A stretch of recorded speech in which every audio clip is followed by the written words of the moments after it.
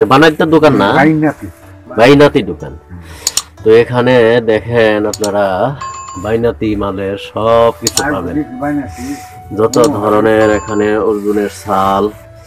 আর আমি মূলত আসছি এখানে বেল চা কেনার জন্য। বেল শুট এটা কি ভালো? এই গুড়া গুড়া হয়ে গেছে যে হ্যাঁ ভাঙবই তো, কারণ এই মরমরা না। এটা কেমনে চাটা কেমনে বানায়? চা বানাবো তো গরম পানি করে না, কেটলির মধ্যে ছেড়ে দিব। মানে গরম পানির মধ্যে ছাড়বো নাকি ওই যে চায়ের মধ্যে জাল দিবে? ওই চায়ের মতো জাল দিব। জাল দিলে এটা গলে যাবে একবারে? না, গলবো কিনলি আমানি থাকবো, পরে পট বাইরাবো, পরে লাল টকটক হয়ে যাবো। ঠিক আছে। আর এটা সাবাটা ফেলাই দিব পরে? সাবাটা ফেলাই দিব। এটা কি বানায় কিভাবে, প্রসেসটা কি? আর চা কিরকম কেটলি মধ্যে দেয়? না না, এই জিনিসটা কেমনে প্রসেস করে? মানে এই বেলটা যে ভিডিও করতেছি আমরা বললে বল, বেলটা যেন কাঁচা ছোট বেল থাকে নাকি, এটা করে কি পলে চিকন করে পয়লা এটা রইতে দেয়, রইতে দিয়ে শুকাইলে পরে এই এরকম ছোট। এটা হয় না? আর এটা খাওয়ার উপকারিতা কি? আপনি তো একটু কইরা দিও না? দোষ, পেটের সমস্যা, ওজন কমে, ক্লিয়ার করে, ওজন কমে। ওজন কমার তো এটা আমার ধারণা নাই। তারপরে ডায়াবেটিস রোগীদের সুগার কমে। হ্যাঁ, সুগার কমে না? আর সুগার কমার আর কি কি আছে? জন্য পেট ক্লিয়ারের জন্য। আচ্ছা আচ্ছা, ঠিক আছে। পায়খানা ক্লিয়ারের জন্য এর কার্যকর। আচ্ছা আচ্ছা আচ্ছা।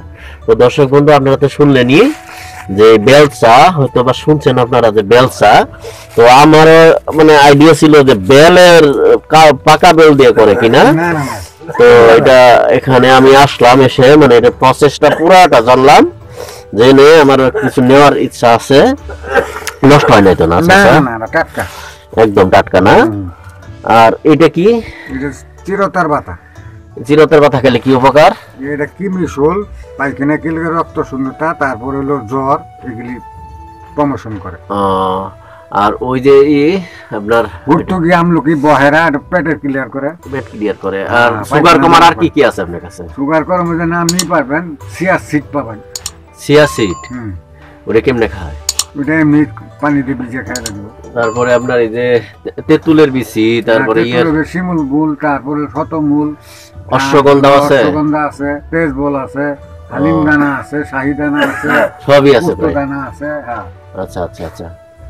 মানে একটা বানাইতে দোকানের যা যা, কবিরাজি দোকানে যা যা দরকার সবই আপনার কাছে আছে। আর যেটা আপনার কাছে নাই, অর্ডার দিলে আপনি আইনে দিবেন। এগুলি কোথায় থেকে আনেন? এটা ময়মনসিং থেকে আসে। ময়মনসিং থেকে না? এগুলি আবার বিভিন্ন থানা উপজেলা থেকে সংগ্রহ করে। আর এটা কি খাঁটি মধু? মধু না, ঘি? ঘিটা ভালো। আচ্ছা। তারপরে তো দর্শক, তারপরে এটা কিসের মালা? দ্বারকপুর মালা। দ্বারকপুর মালা না? এটা কোথায় পড়ে? এটা ওই যে হিন্দুরাই বেশি পড়ে। এটা হিন্দুদের দোকান না? আচ্ছা। আর এদিকেও একটা দোকান আছে। তো এই পট্টিটা এই যে এই আঙ্কেলও বানাইতের দোকান দিছে, মানে এই পট্টিতে এগুলি বেশি পাওয়া যায় না? তো এই হচ্ছে অবস্থা। তো দর্শক বন্ধু, আমি ঘুরতে পছন্দ করি, খোলা চোখে আমার যেটাই চোখে পড়ে সেটাই আমি আপনাদেরকে দেখানোর চেষ্টা করি। তারই ধারাবাহিকতায় আজ আমি আপনাদেরকে এই দোকানের ভিডিওটা করলাম। এর আগে আমি মশলা ও বীজের দোকানের ভিডিও করছিলাম, ওই জায়গায় আসাদ ভাইয়ের ওনার। ওই ভিডিওটা দেখে আপনারা অনেক সাড়া দিয়েছেন, ইউটিউবেও ভালো ভিউ করেছেন এবং ফেসবুকেও ভিউ করেছেন। তো আপনাদেরকে এভাবে আমি সেবা করতে চাই। আর এই জায়গাটা হচ্ছে আপনার সেই শেরপুর জেলার ঝিনাইগাতি উপজেলা। ঝিনাইগাতি বাজারে এসে এখানে দড়িহাটে আসবেন।